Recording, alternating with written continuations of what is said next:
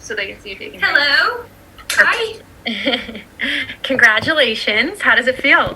Thank you so much. It truly feels like a dream. I can't believe it's real. I'm really just numb right now. Love it. So we'll get into it. How did you prepare for this pageant? To the best of my ability, I tried to make sure that I was well informed on all things and just making sure that I was embracing my true self, embracing everything that makes me Asia and everything that I've been through in life, and just truly clinging to me. Great. What is one thing you look forward to during your reign?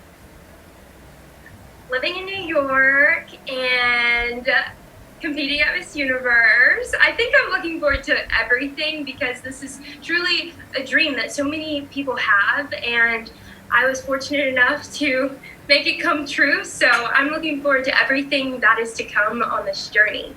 Great. You are the fourth woman of color in the last 5 years in history of Miss USA. How does it feel to be breaking so many barriers? It truly feels amazing. I was saying I don't really know how to react. It's all just so incredible. I was the first Miss Black, Miss Mississippi USA, and now I'm the first Miss Mississippi USA to win Miss USA. It's just one thing right after the other. It's overwhelming, but it's truly an honor. Great. If given a chance to be in the top 2 at Miss Universe, who do you want to share the stage with? Wow. That's a hard question. I don't want to exclude anyone. I mean, I know there's only one option, or one person, one space. Do I have to choose? No. We'll move on. How do you think Covet affected the pageant this year? I think it affected it drastically. I know people were concerned that it wouldn't be able to happen, but here we are, and we've gotten through this very safely, very cautiously. I will say everyone has worked so diligently to make this happen, and I'm so grateful, and it's been a fun experience even through COVID. Great. How does it feel to be the first Miss USA to wear the new Mawad crown? It's pretty incredible. I can't believe it's on my head. I'm terrified of it falling off, so I think there's 1,000 pins on it, but I mean, it's amazing. It just fits so perfectly, and I would just live in it if I could. What type of impact do you want to have during your reign? A powerful one. I want to make sure that we continue to fight for justice, and I want to make sure that we continue to fight for what's right and continue making these lasting impacts throughout 2020 and to continue on throughout the rest of forever. And going off of that, how will you, as a national title holder, be the best representative of the Miss Universe organization when it comes to dealing with social injustice issues such as racism, xenophobia, homophobia, etc., that so many Americans face daily? It's all about doing what's right, having this moral compass, and making sure that you stand up for what's right. I think that's why we've made such great strides in 2020, because people are being bold. They're speaking up and they're speaking out, and we're no longer taking these negative things and sweeping them under the rug. We're bringing them to the surface and actually doing something about them. And I hope to continue doing that. So can you tell us a little bit about the Love Letter Project? I started Love Letters as a way to keep the family bond with inmates and their loved ones at home.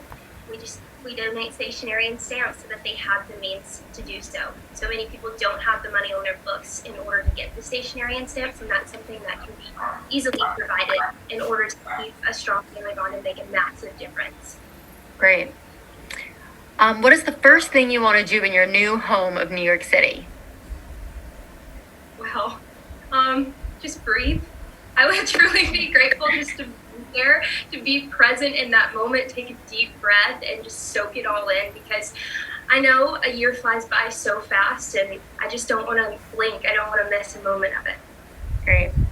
What does representation matters mean to you in this year of 2020? It means a lot. I think that representation can mean a number of different things for different people, but for me, it just means staying strong in who you are and not taking anything from anyone. I know that's a very bold statement, but it's so true. I think it relates to everyone. People have issues that they deal with. I've dealt with racism. I've dealt with bullying from having an incarcerated parent, and I think it's important that we just represent who we are and stand strong in that. Which Miss USA has inspired you the most and why?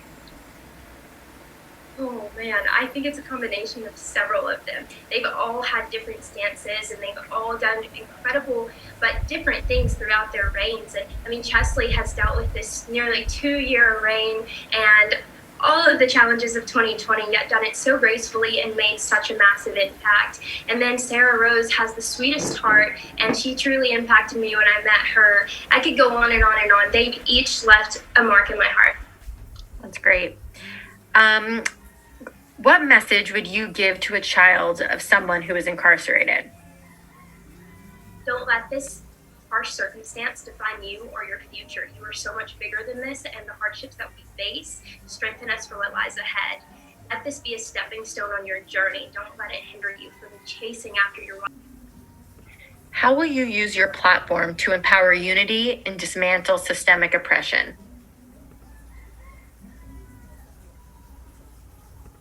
Our prison systems are quite corrupt, and that's something that I've been working to help improve. I mean, it takes one step at a time. It's a slow process, but any progress is good.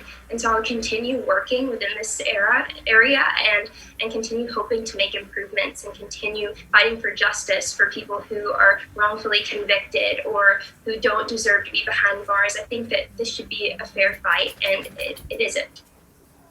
Great. Do we have any more questions? Someone saying you have very big shoes to fill.